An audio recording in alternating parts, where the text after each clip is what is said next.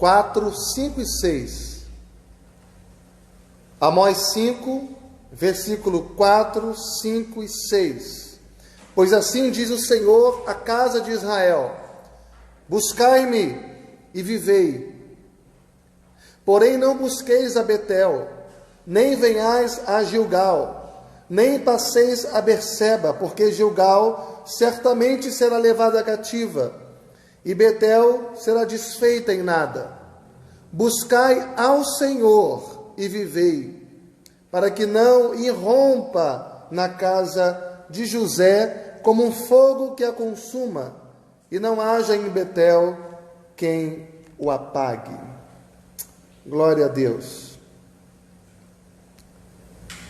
Eu creio que na nossa relação com Deus, o atributo que nós mais desfrutamos de Deus é o atributo da misericórdia.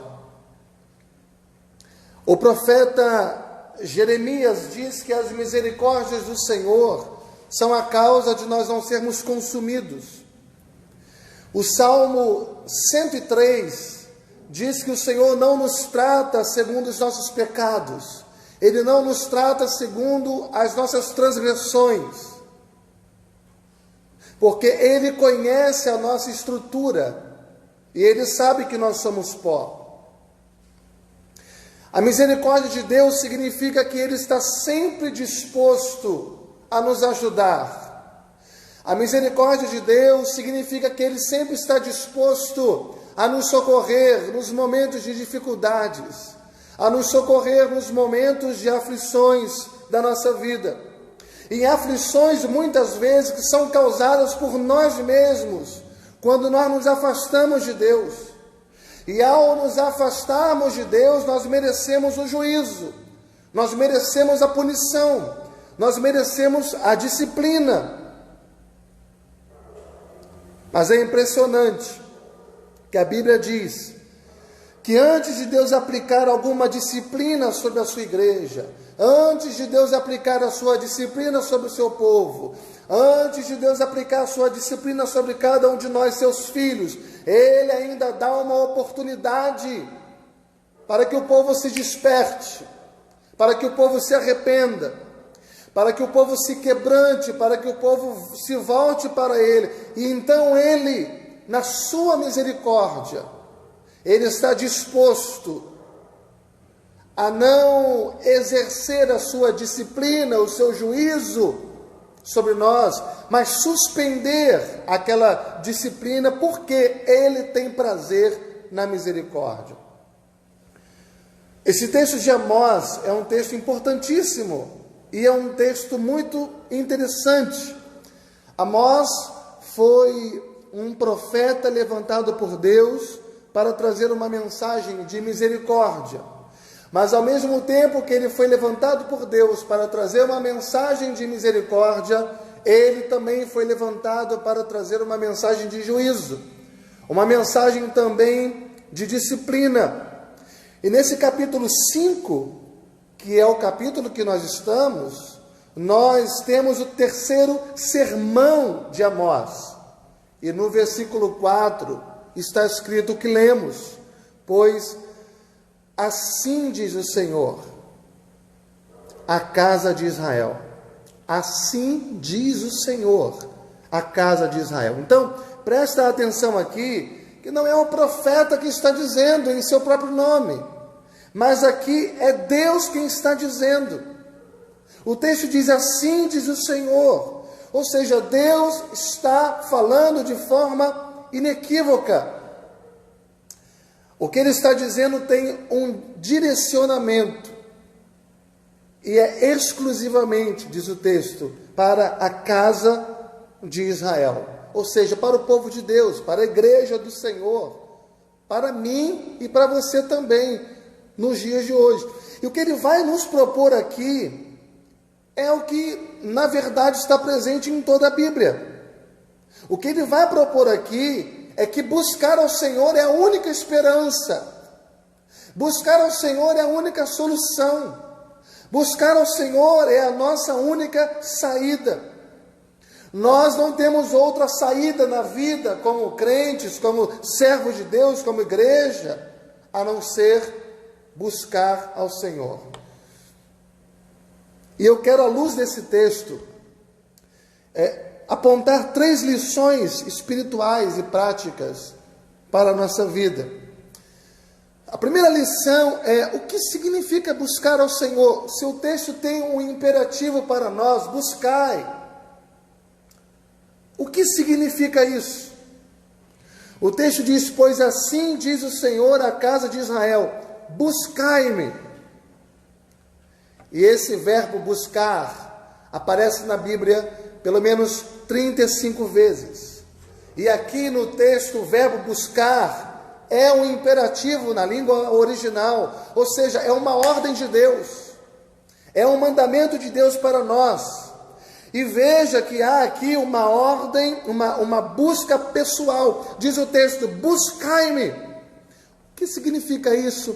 Significa voltar-se para Deus. Significa ter a sua atenção em Deus. Significa você retornar-se para Deus. Significa você deixar o caminho da desobediência e voltar-se para o caminho da obediência. Buscar a Deus significa uma volta completa para Deus, é um retorno completo para Deus, é uma aproximação completa de Deus. É interessante que quando nós nos afastamos de Deus, substituímos Deus por outros deuses, substituímos Deus por outros ídolos. O que acontece depois disso? Consequentemente, quando você se afasta de Deus, substitui Deus por qualquer outra coisa, logo vem a angústia, logo vem a aflição, logo vem o sofrimento, o desespero na nossa vida, e a única saída que a gente tem para aquilo é voltar-se para Deus. Afastar da presença de Deus é angústia, é ansiedade, é desequilíbrio, é desconforto. Mas perto da presença de Deus nós sentimos paz. Perto da presença de Deus nós estamos seguros. Perto da presença de Deus a nossa alegria é retornada. Todo sofrimento vai embora. Todo desespero não encontra lugar. E a única saída que a gente tem então é voltar-se para Deus. Jeremias 29:13 diz, buscar-me-eis e me achareis, quando me buscar de todo o vosso coração. Significa que quando você busca o Senhor de todo o seu coração, quando você busca o Senhor com todas as suas forças, você faz isso centrado, com a sua atenção completamente voltada para Deus, a sua vida espiritual completamente entregue, rendida aos pés do Senhor. Isaías 55, versículo 6, a gente entende um pouquinho ali a profundidade do que significa buscar ao Senhor. Isaías 55, versículos 6 e 7. Buscai ao Senhor enquanto se pode achar, invocai-o enquanto está perto. Deixe o perverso o seu caminho, o iníquo os seus pensamentos. Converta-se ao Senhor, porque se compadecerá dele. Volte-se para o nosso Deus, porque Ele é rico em perdoar. Veja, irmãos, os detalhes aqui. Se nós temos que buscar a Deus, se nós temos que nos voltar para Deus, se nós temos que nos converter a Deus, nós temos que fazer isso de todo o nosso coração. Então o que nós encontramos? Encontramos que aqui há o arrependimento, aqui há a mudança de pensamento, aqui há a mudança de atitude, aqui há a mudança de comportamento. É uma mudança que começa na nossa mente, que começa nos nossos sentimentos, que começa nas nossas vontades, que começa nas nossas ações. É largar aquilo que você está fazendo de errado e voltar-se para Deus de todo o teu coração. Em Amós, no capítulo 5, que é o texto que nós estamos, Havia um grande equívoco em Israel, porque o povo estava buscando a Deus na religiosidade. O povo estava buscando a Deus nos templos. O povo entendia que havia um lugar específico de buscar a Deus. Só poderia buscar se fosse no lugar X ou Y. Buscando a Deus então na religiosidade, buscando a Deus então nos templos, buscando ao Senhor nos lugares sagrados, como se Deus estivesse estabelecido algumas franquias espirituais. Então ele está ali, mas não está aqui. Ele está aqui, mas ele não pode estar lá. Então havia esse grande equívoco em Israel. Mas quando Deus diz aqui no texto, buscai-me, Ele não está se referindo a algum lugar. Ele está se referindo à sua pessoa. Não existe um lugar específico em que você deve buscar a Deus. Em qualquer lugar é um lugar oportuno de se buscar ao Senhor. Não existe um lugar específico. Aqui não se refere ao lugar, mas à sua pessoa. É buscar a Deus, é buscar a presença de Deus, não as bênçãos de Deus, não os lugares sagrados, mas buscar a pessoa de Deus. Ele mesmo disse: buscar-me-eis e me achareis. Quando? Onde?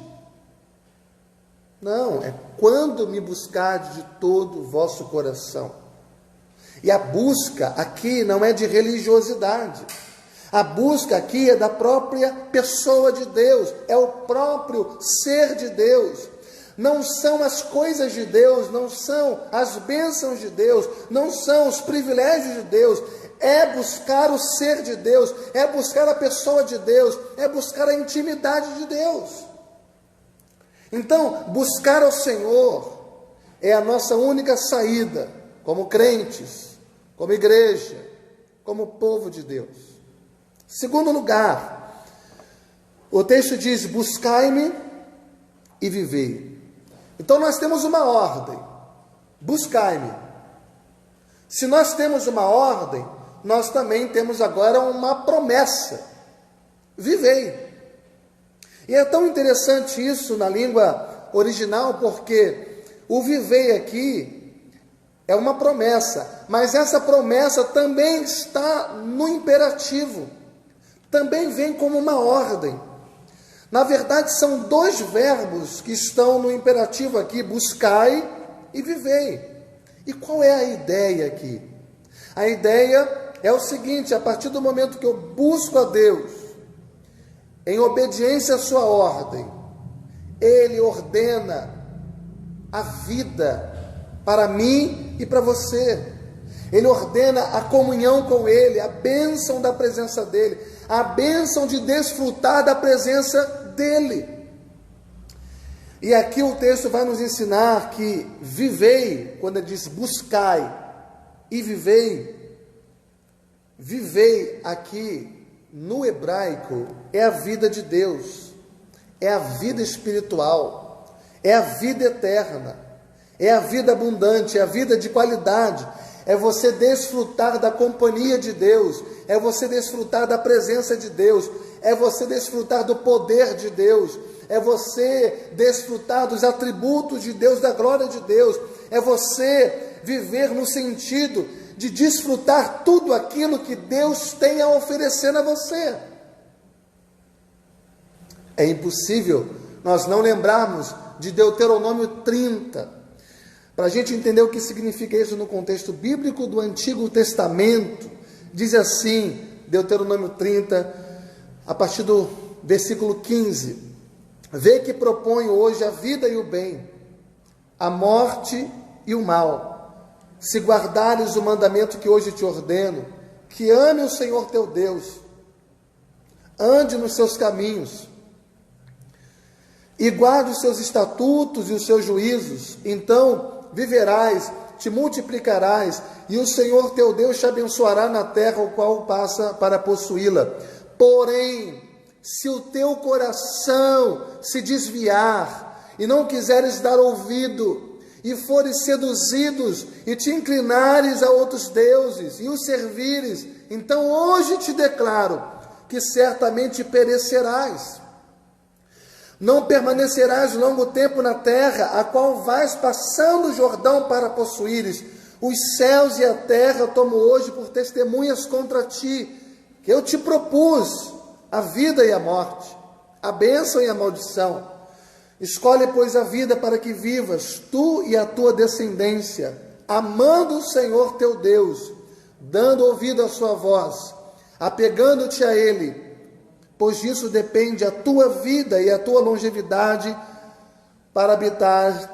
para que habites na terra que o Senhor, sob juramento, prometeu dar aos teus pais, Abraão, Isaque e Jacó. Veja que Deus vai aqui explicar o que é a vida.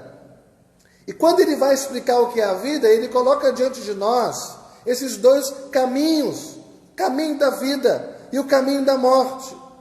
E aqui ele não está falando de legalismos, ele está falando de amar ao Senhor. E por amar ao Senhor, o obedece de todo o seu coração. Não existe amor a Deus dissociado de obediência. Se você ama a Deus, você obedece ao Senhor de todo o teu coração, porque o amor, ele cumpre a lei.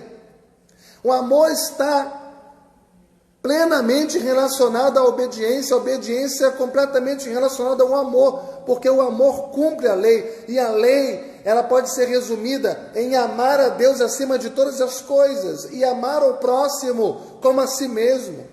Então, nós vamos ver que o amor, ele é a essência da obediência. Ele mesmo diz em João, aquele que me ama, guarda os meus mandamentos.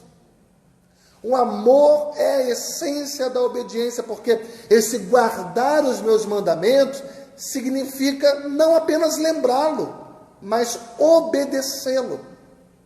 O verbo guardar tem uma profundidade, um significado muito maior, muito mais profundo do que a gente pensa. Quando ele diz aquele que me ama guarda os meus mandamentos, ele está dizendo aquele que me ama obedece os meus mandamentos, obedece a minha palavra. Então o amor está relacionado com a obediência. O amor é a essência da obediência. Significa priorizar Deus como Deus da nossa vida. Significa não se desviar indo atrás de outros deuses, mas ser fiel a Deus. Não ir em busca de conceitos humanos ou conceitos secundários, mas ser fiel à palavra de Deus. Significa ter compromisso com a palavra e ter um compromisso com a obediência a Deus. Isso significa viver. E é isso que ele quer dizer quando diz buscai-me e vivei. É tão interessante que na mentalidade judaica, viver é ter uma vida longa. Viver é ter longevidade. Viver é ter paz. Na mentalidade judaica, viver é ser próspero. É não ter necessidade alguma. É desfrutar plenamente daquela terra que o Senhor está dando. E Jesus disse, eu vim para que tenham vida e a tenham em abundância. E Jesus, ele vai muito mais além daquilo que é um conceito judaico. Porque Jesus, ele não vai oferecer apenas uma longevidade aqui nessa terra. Jesus não vai oferecer apenas uma prosperidade que, no ponto de vista do cristianismo, significa ausência de necessidades. Jesus vai além. Jesus oferece aqui, e é isso que ele diz quando fala de vida, ele oferece qualidade de vida. Jesus, quando fala de viver, Jesus está falando da eternidade da vida eterna. Significa que a terra prometida, a terra que o Senhor tem prometido para aqueles que forem fiéis a Ele e aqueles que forem salvos por Ele, essa terra não é aqui. A terra prometida é nós vivermos, a partir do momento que nós priorizamos Deus em nós, vivemos eternamente desfrutando de Deus para sempre. Vida eterna, terra prometida, tudo isso é você desfrutar da presença de Deus. Pode ser começado agora, mas você viverá isso na plenitude, na glória. Então é você desfrutar da presença de Deus para sempre.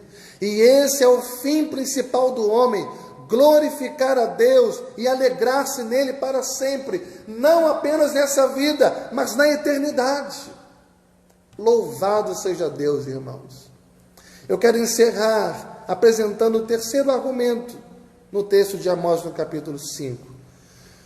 O primeiro é uma ordem de Deus no versículo 4. Veja, buscai-me. O segundo é uma promessa de Deus ainda no versículo 4. E vivei. E o terceiro está no versículo 6. É uma advertência de Deus. Vamos ler? Amós 5, versículo 6. Buscai ao Senhor e vivei, para que não irrompa na casa de José como um fogo que a consuma, e não haja em Betel quem o apague. Presta atenção aqui. Buscar ao Senhor é a nossa única esperança. Por quê? Porque Deus está fazendo uma advertência para Israel, e Deus está fazendo uma advertência para mim e para você. Se nós não buscarmos ao Senhor com inteireza de coração, o juízo e a disciplina de Deus virá sobre nós. Se a nação não buscar ao Senhor de todo o coração, o juízo e a disciplina de Deus virá sobre o nosso país. Feliz é a nação cujo Deus é o Senhor. Mas se nós não buscarmos a Deus como Senhor da nossa vida, de todo o nosso coração, o que restará para nós, segundo a sua palavra, é juízo e disciplina. Apesar disso, Deus não quer que você o busque apenas por medo do juízo. Deus quer que a nossa obediência a Ele não seja fundamentada no medo, mas seja fundamentada no amor. É isso que Deus espera de nós. Mas o que acontece com a nossa vida? Nós, na nossa imaturidade, nós, nas nossas fragilidades e fraquezas, nós não conseguimos amar a Deus acima de todas as coisas. Na nossa fragilidade, nós não conseguimos buscar o Senhor em primeiro lugar. Por isso nós somos disciplinados por Deus. Então veja bem, a única saída que nós temos é buscar a Deus. A única saída que nós temos para nós não sermos disciplinados por Deus, punidos por Deus. A Bíblia diz que Deus, Ele disciplina quem Ele ama. Assim como um pai disciplina um filho, não porque odeia aquele filho. O pai, quando corrige o filho, não é porque o pai deixou de amar o filho, mas para o seu próprio bem. Ele repreende, ele exorta, ele disciplina. Assim, o Senhor nosso Deus disciplina também a quem Ele ama. E nós somos o povo amado de Deus. E essa palavra vem para nós. Essa palavra vem para o povo de Deus. Ele diz: vocês precisam me buscar de verdade, porque a vida de vocês depende disso. Se vocês não me buscarem de todo o coração, eu exercerei o meu juízo sobre a sua casa. Exercerei o meu juízo sobre vocês. Vocês lembram do capítulo 15 de Crônicas? 2 Crônicas 15.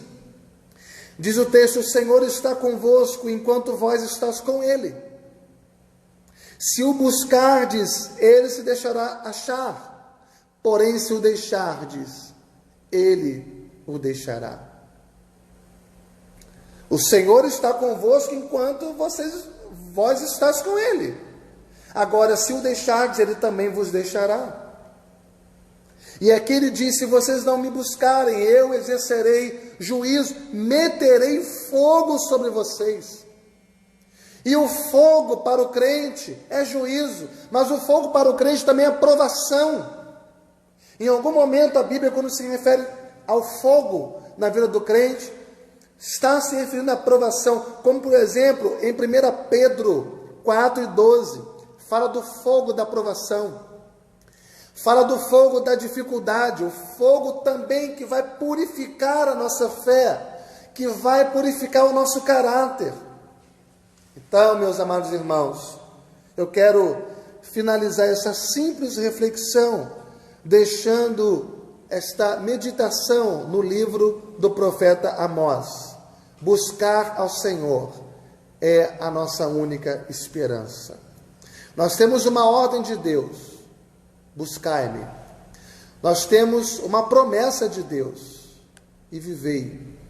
Nós temos uma advertência de Deus: se vocês não me buscarem de todo o coração, virei sobre vocês com juízo, com julgamento, com disciplina e com fogo.